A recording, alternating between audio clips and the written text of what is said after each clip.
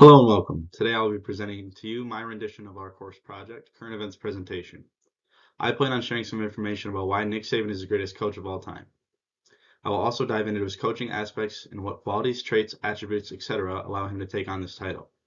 And finally, after giving you this information, I will explain why all this is connected in a management standpoint. I hope you enjoy it.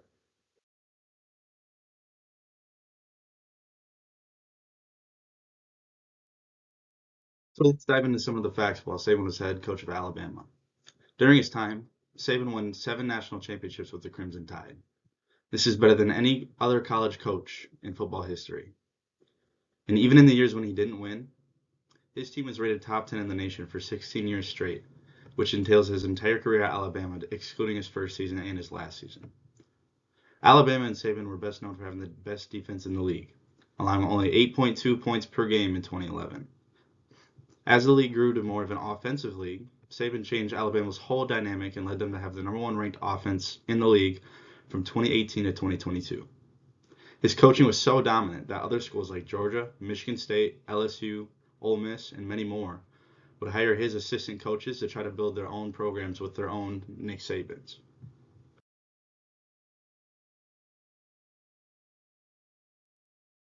So what exactly allowed Saban to have these strong stats? What about him as a coach sets him apart from the rest? Well, Nick Saban established something in his program entitled the process. He focused on little things: how you studied, how hard you worked, what you ate, etc. He valued and cared for every part of each one of his players, almost as his own children.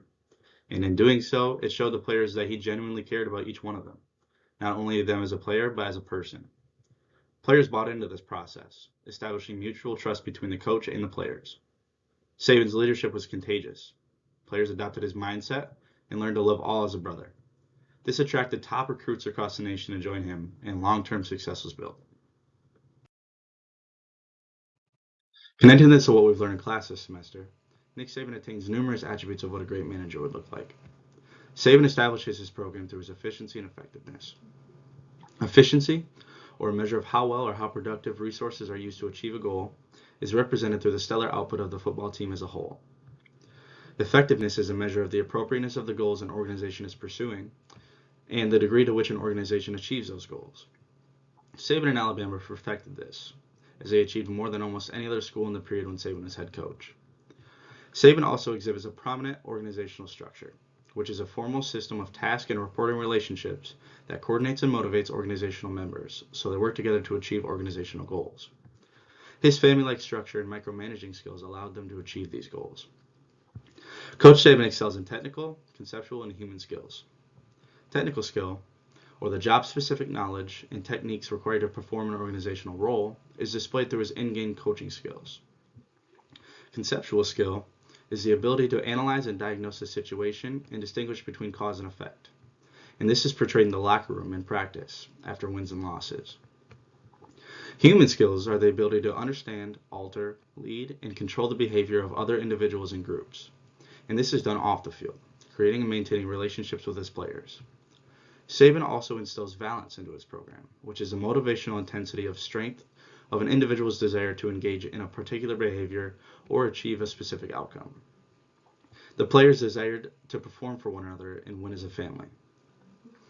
Also, the players experience self-actualization through the process, or the full realization of one's creative, intellectual, and social potential through internal drive, as they are motivated on and off the field to be the best that they can be. We can also connect the coaching career of Nick Saban, in terms of results and recruitment, to some of the specific theories that we've learned about in class.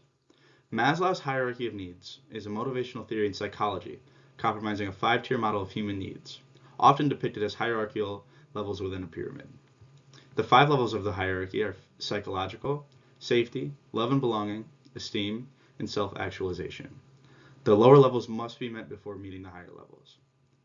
Taking a look into the Alabama football program while Saban was the head coach, the most basic levels of needs were not only met but established from the get-go.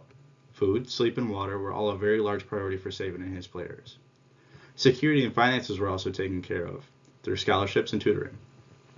Saban excelled in meeting the players' psychological needs by creating a family-like atmosphere by building a strong culture around the program. This led the team to attain the respect and recognition that they had earned during the 18 seasons that Saban had coached Alabama. All in all, Saban allowed the players to meet these lower level needs, and this enabled them to reach their highest potential as individuals, whether that be on the field or in the classroom. And as a team, their successes dominated the league. In addition, the two-factor theory, also known as Herzberg's motivation hygiene theory, argues that job satisfaction and dissatisfaction exist in two different ways, each with its own set of factors. The players who had the opportunity to play for Coach Saban experienced many motivating factors during their time in Alabama, such as achievement, recognition, the work itself, and personal growth. All of these factors gave the players greater satisfaction, which is why they were more inclined to perform better and allow Saban to carry the name that he has today. The hygiene factors for the players were also very sufficient.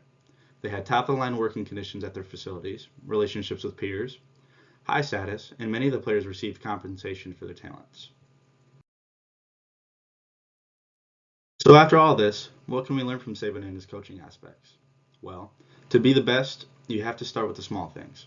From a work aspect, making sure that you get enough sleep, eat good meals, and simply show up to work on time, you already have a good foot in the door to be the best you can be. Managers, checking in on your staff to make sure they're all doing these things is a must if you want to succeed.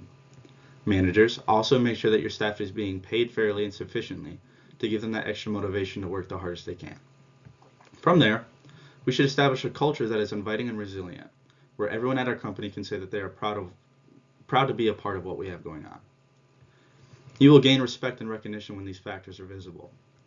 If we as a company can do all of these things, not only on a managerial level, but across the entire board, I promise you that we will reach our highest potential. And with that comes success. Nick Saban may just be a football coach, but there's a lot that we can take away from how he leads. It takes being great on all levels to be the greatest. Thank you for your time. I hope you have a great day.